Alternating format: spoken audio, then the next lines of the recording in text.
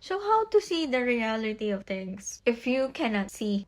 If you're confused about who is actually involved in gang stalking, it is important to understand that gang stalkers are known for mirroring. Not because they're heyoka empath, it is a tactic to create confusion. These are mobbing narcissists. So to cut through the illusion, focus on the key components of gang stalking. One, the need for a narrative, which is in their manipulated tarot readings. Two, antagonism as a method of control. Three, group dynamics and collaboration. Four, high level of deception and manipulation. And five, covert tactics to inflict pain. So it's much like an antagonistic covert narcissist. For example, if you notice a tarot reader reposting another reader's content, so pay attention to the collaboration because it's obvious. Then listen closely.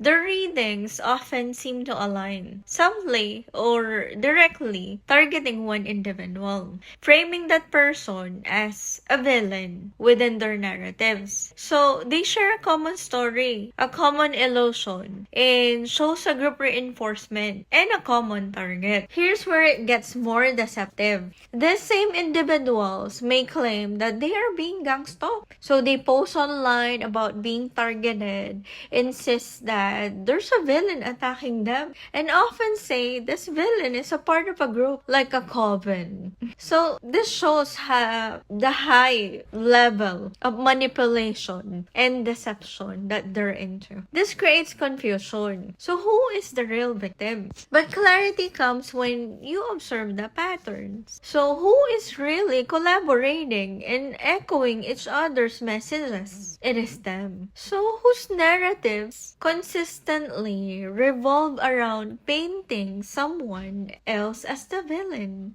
It is them. So as the lies and targeting is inside of their tarot readings, these attacks are meant to be hidden and covert. So if it wasn't covert, their villain should be addressed directly. It should be direct, like as to how I am addressing them.